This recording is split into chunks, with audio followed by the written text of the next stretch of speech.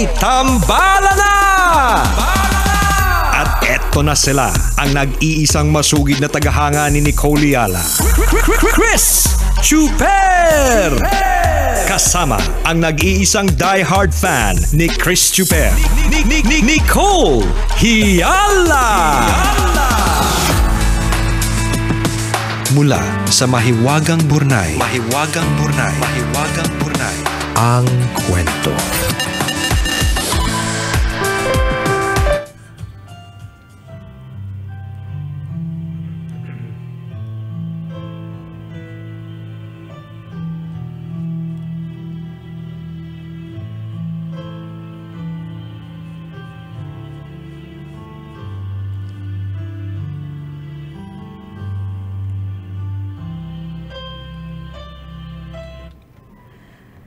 Dear Nicole and Chris, itago niyo na lang ako sa pangalang Ace, 32 years old, at isa sa napakarami ninyong discreet tambalerina. Sa unang tingin, aakalain mong straight ako. Alam nyo, ate ko talaga yung legit na tambalanista. Madalas kaming mag-away dati kasi nagigising ako nang wala sa oras sa lakas ng radyo. Hanggang isang araw napalitan ng ngiti yung ngit-ngit ko. Simula noon, naging follower niyo na ako sa social media. Kayo ang naging kasama ko sa lahat ng laban ko sa buhay. Kaya naman, ngayong naghihinagpis ang puso ko, naisip kong sumulat sa inyo. Baka sakaling mapagaan ninyo yung nararamdaman ko. Baka may ma-share kayong insights para maibsan yung lungkot ko. Baka mapatawa niyo ako kahit saglit lang. Baka marinig niya. Char! Anyway, nagtatrabaho ko bilang isang mid-level manager sa isang global financial institution. Isang araw, seryoso akong tumatakbo nang maispatan ko si Ken. Gaya ko, discreet tambalerina din siya. Hindi ko nga akalain kasi law enforcement officer siya targeting drug users. Unang kita ko pa lang, naamoy ko na ang tunay na kasarian niya. Unang tingin pa lang, gusto ko na siya. Kaya naman, hindi na ako nag-aksaya ng panahon at nagkunwaring naliligaw kahit hindi naman. Yun ang naging simula para maging magkaibigan kami. Makalipas ang maikling panahon, gaya ng inasahan ko, naging kami. Parehas kami ng wavelength kaya ang smooth talaga. Mababaw lang ang kaligayahan namin. We love to travel, pumupunta kami sa mga lugar na walang nakakakilala sa amin. Minsan staycation lang sa hotel o di kaya kakain lang sa labas. Meron pa kaming sikretong lugar sa tabi ng ilog where we meet almost every weekend. Ang lakas makateleserye, di ba? 4 na taon kaming nagtago sa mundo. Pero hindi kami nalungkot o nahirapan. Masaya kami lang ang nakakaalam na nagmamahalan kami ng lubos. Kapag may tao sa paligid, kunwari, best of friends lang kami. Napalitan ng lungkot ang saya ng isang araw, makita ko sa phone niya na may katchat siyang ibang guys. Pinapakita niya yung katawan niya. Kinumpronta ko siya at pagkatapos, nakipaghiwalay ako. Humingi siya ng tawad.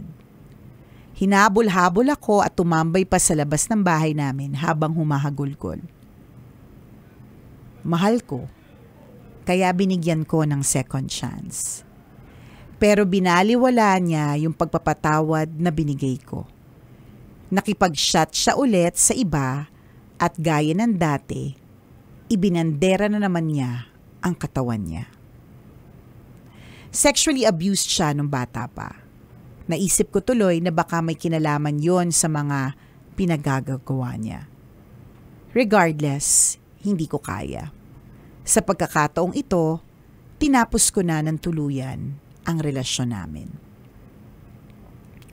3 buwan na ang nakakaraan tambalan pero sobrang sakit pa din. Parang kahapon lang. Ang sakit kasi pinili kong makipaghiwalay kahit mahal na mahal ko siya. Iniwan ko siya kahit ang totoo, hindi ko na alam kung paano ituloy ang buhay nang wala siya. Sabi kasi nila, you get the love that you think you deserve. Hindi ko naman deserve na lokohin. Ayoko nang may kasalo sa pag-ibig. Akala ko dati sa teleserye at pelikula lang nakikita yung mga pag-iyak na parang mamamatay na. Sa totoong buhay din pala, may mga ganong eksena. Ang sakit pala talaga. Salamat tambalan sa pagbasa ng sulat ko. Ang sarap lang i-share. Nakakaluwag sa pakiramdam. Ang inyong solid tambalanista, kahapon, ngayon, at magpakailanman. Ace.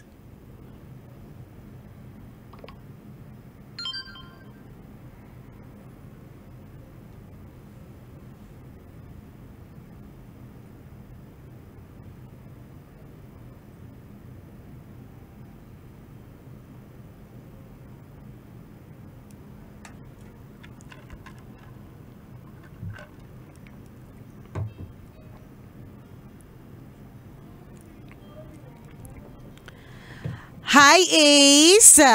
Hindi naman talaga ganun kadali ang heartbreak. Hindi naman na kapag naghiwalay, agad-agad magkakaroon ng closure, agad-agad magiging magaan ang lahat, di ba? Hindi naman talaga. But katulad ng lagi nating sinasabi, the beginning is always the hardest. Ano yung ibig sabihin yan? Yung unang beses na natuto ka magbisikleta, di ba? Sa una, ang hirap-hirap talaga. Lagi kang nadadapa, lagi kang sumisemplang, muntik-muntikana na yung buhay, mga ganon, 'di ba? Pero eventually, 'di ba? May mga nakita tayo nagbibisikleta, merong hawak na yung kanang kamay nasa anong tawag dun sa ng bisikleta? Manibela. Oo. Manibela pa rin ba? O yun. Tapos yung kaliwang kamay nagte-text. Yung iba nga walang hawak sa manibela. Correct ka, 'di ba? May mga ganun. True, 'di ba? Pero naglalaro sa circus. Pero nung una yun, hirap na hirap din. 'Di ba? So lahat pag magpapapayat, 'di ba? Ang hirap-hirap niyan sa unang 3 linggo. 'Di ba? Unang buwan, nakakabaliw, nakakapraning. Pag-give up ng isang bisyo, 'di ba? Hindi siya talaga madali. So ganun din ang heartbreak. At yung sinabi mo na parang, may mga tao pala talagang humagulgol nang dahil sa heartbreak, parang wala nang ikamamatay na nila at parang wala nang bukas. Totoo pala yun. Totoo talaga. Been there, done that. Ako ilang beses na ako kung akala mo, siya na lang isang lalaki sa mundo yung pag-iyak ko, 'di ba? Parang akala mong gwapo-gwapo. Alam mo, pag tinignan ng mga tao, ano ba yun? Kumakaiyak naman, di ba? So, alam mo yun, yung lahat na nararamdaman mo valid, di ba? So, ang masasabi lang talaga namin, oras lang. Panahon lang din na makakapagsabi kung kailan yung moving on process na yan. Kung kailan yung acceptance na part, kung kailan yung masasabi mong okay na, kung kailan yung isang araw sasabihin mo, yuck, iniyakan ko yun, di ba? Dadating ka din doon. Naghalikan kami. Sinimsim ko laway niya dati. Yak talaga. Correct. Kahit alam mong mabaho na dahil mahal mo, diba? Sinimot mo. Pa rin. Dadating yan. 'Di ba? Siguro talagang sadyang hindi pa kasi I think kung 3 months ang nakalipas, that's new. Bago pa lang yan. Fresh. Oo, sobrang fresh pa rin talaga yan. So, 'di ba yung mga iba nga na nagkakaroon ng injury pagkatapos na tahiin yung kanilang injury o kaya yung kanilang it will take time para magte-therapy pa yan, 'di ba? And it's not just 3 months. Minsan nga taon pa bago makatakbo ulit, 'di ba? Yung mga ganon. So, allow yourself to heal. It just really takes time. Nagmamadali lang kasi talaga tayo pag pagka meron tayong hiling, katulad yan, ang hiling mo, sana maging okay ka na, di ba? Feeling ko pag mas lalong hinihiling, mas lalong tumatagal. Ewan ko ba? Di ba? Mas lalo mong nananamnam yung process. Correct. Mas lalo mong nafe-feel na ang tagal ng bawat araw na lumilipas. Pero in 3 months, talagang bagong-bago pa talaga yan. Ang iyong hiling ay mapabilis ang iyong healing. It will come. come. It'll come. Hindi lang talaga siguro ngayon. Yes. Naiintindihan malamang na marami nating tambalanista, kapwa mo tambalerina or kapwa mo tambalanista ang story mo. Marami na dumaan sa ganyang klase ng eksena na totoo yun, no?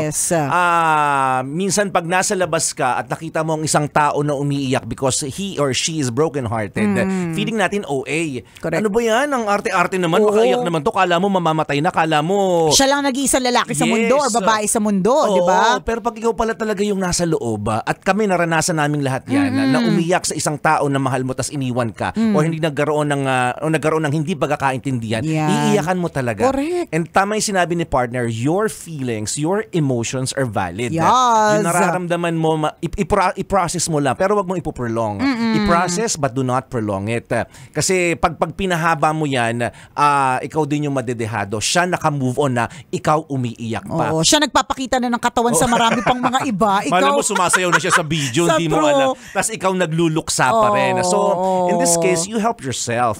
Diba? Ano ba yung mga bagay na pwede makatulong sa'yo para makamove on? This is the first step. Kagaya ng ginawa mo sa tambalan. Diba? Ang sabi mo, ang sarap sa pakiramdam. Ang sarap i-share. Yes. Nakakaluwag ng damdamin. Si mga ganito, madidiscover mo yan along the way na ano ba yung mga bagay na pwede makapagpa-move on sa akin ng mabilis. Ito lang, isang simpleng idea lang din na pwede mong i-apply. For us, simple lang kasi naka-move on na kami. Pero baka sakali magamit mo. Oo, naiintindihan natin, mahirap ang mag-move on, pero tandaan mo, hindi ito imposible. Correct ka. Diba? Madami na pong sinabi nila na hindi nila kaya. Tapos ngayon, iba na yung jowa. Ayun, diba? nagdirin na nga sila eh. Correct, dadating sa minahal ko yun. Kasi hindi talaga imposible na mawala ka sa sitwasyong yan. Yun lang ang isipin mo. Pinagdadaanan mo ito ngayon kasi may kailangan ka ma-discover. Pero darating talaga yung time na masasabi mong, ay, naka-move on na pala ako. Kasi nga, hindi imposible na hindi ka maka-move on. Ang kagandahan pa sa sitwasyon mo, friend, is, ang maganda pa dito, girl, ang maganda pa dito, Frenny, ang maganda pa dito, dahil nakawala ka na, maganda ba yung term na yun? Sige, nakawala ka na. I mean, wala ka na dun sa relationship na yan. A new one will come along. Yes. At malay mo itong new one na ito, 'di ba? Mas matindi pala yung love na pwedeng ibigay. So pwede kang magkaroon ng bagong mindset na ano kaya, sino kaya ang bagong titikman, 'di ba? Bagong titikman ang klase ng pagmamahal, pag-ibig, paglambing, 'di ba? Yung ganun. Madi-discover mo ulit yan. Meron. Tingnan mo si Nicole, sabi niya, unang tikim pa lang, alam na niya, tingin pala, tingin. Mali. Alin? Umayos ka. Umayos ka, walang pasok ang mga bata, nakikinig ang mga anak ko. Ayusin mo, nanonood sila ng live. Darating ulit yung time na makikita mong isang tao at sasabihin mo sa unang tingin pa lang, gusto ko na siya. Correct. Diba? May experience mo ulit yung pagkakataong yun at ma-excite ka doon. So you hold on to that idea. Hindi ito yung katapusan ng lahat. Correct ka. Diba? Nasasaktan ka yun pero lilipas ang lahat. Diba? Madi-discover mo ulit yung kilig. Yes. Madi-discover mo ulit yung mapapaihi ka sa sobrang sarap ng pakiramdam. Yung butterflies in your stomach. Correct. Muli mong mararamdaman yan in the future. Ma-excite ka doon. Kung tutulungan mo yung sarili mo, ha? Yes. Dapat tulungan mo yung sarili mo. Actually, ang kagandahan dito, hindi lang isa yung naging jowa mo. Diba? Ako, I always say this. Ano magpapalugi? Isa lang naging jowa in my lifetime? No! Chareng. Marami-rami rin. Diba? Ikaw yung nagsabi ng kikinig ang mga anak mo. Tapos, ikaw naglaglag sa sarili mo. Nakakaloka.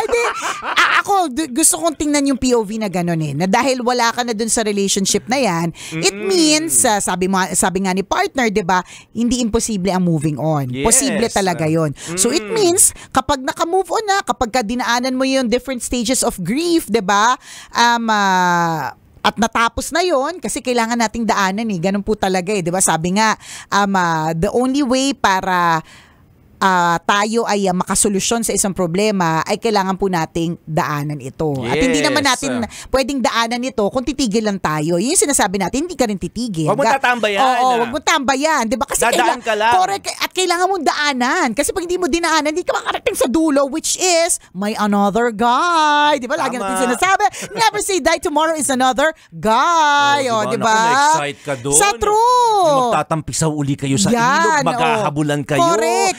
Magbubuhusan kayo ng tubig. Yung nanamnamin mo bawat tulo ng likido ay ng tubig. Basta ganon.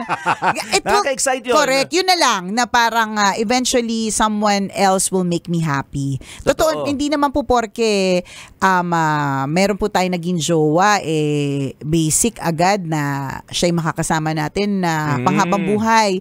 Maaaring yung iba, natagpuan na nila agad, pero maaaring yung iba, lalandi muna ng lalandi Diba? Relationship after relationship after relationship, hanggang finally, matagpuan na nila yung makakasama talaga nila habang buhay. Diba? Di ba nakaka-excite yun? Oo. Diba? Ito, Ace, itaga mo sa bato, mandidiri ka sa kanya pagdating ng araw. Dadating yung pala, may pag-meeting pa kami sa may ilog. Kaming secret place, diba? Dadating din yan. Tsaka alam mo siguro ang isang pwedeng konkretong paraan para ikaw ay makatulong para makamove on. In the first place, yung jowa may ginawang hindi maganda sa'yo diba? Hindi naman medyo makakatulong. Medyo makakatulong na ikaw mismo nag-decide ka and that's very good na you do not believe nga ako sa iyo kasi mataas ang tingin mo sa sarili mo yung iba ang gagawin nila magsi-stay sila para lang masabing in a relationship kahit na masakit sa ulo, kahit na it's complicated, 'di ba? Pero ikaw hindi ko deserve yung ganito. Hindi ko deserve may iba siyang pinapakitaan ng katawan. Very good ka nga dun sa part na yun At kung lagi mong tatandaan na hindi ikaw yung may kasalanan dito, siya naman to nagpakita ng kanemerot sa iba di ba? Hindi hilig magpakita. Oo, correct. Di ba? Sino bang hindi naging loyal nung una? Ikaw ba? Siya naman yun Correct. At least aware ka na it's not your fault. Correct. Diba? So yun lang pag naintindihan mo na hindi ko naman kasalanan At least ikaw yung makakaramdam ng kaluwagan na kapag nagkita ulit kayo, kunyari nagkasalubong kayo sa mall, ikaw yung taas noo. Correct. Na titingin sa kanya. Ay, taray, sobrang taas ng kilay mo, partner. Umabot hanggang batok yung taas ng kilay ni friend. Naglalakad ka sa mawa, nakatingin ka sa ceiling kasi ganun ka confident Alam mo sa sarili mong, hindi ako ang may kasalanan. Muli ako po si Nicole Yala. At ako naman si Cambio King Chris Chuper. Na nagpapaalala, walang matatag na relasyon sa malanding may determinasyon. Yun! Kailangan pa bang i-memorize yan? Love Radio. Basic!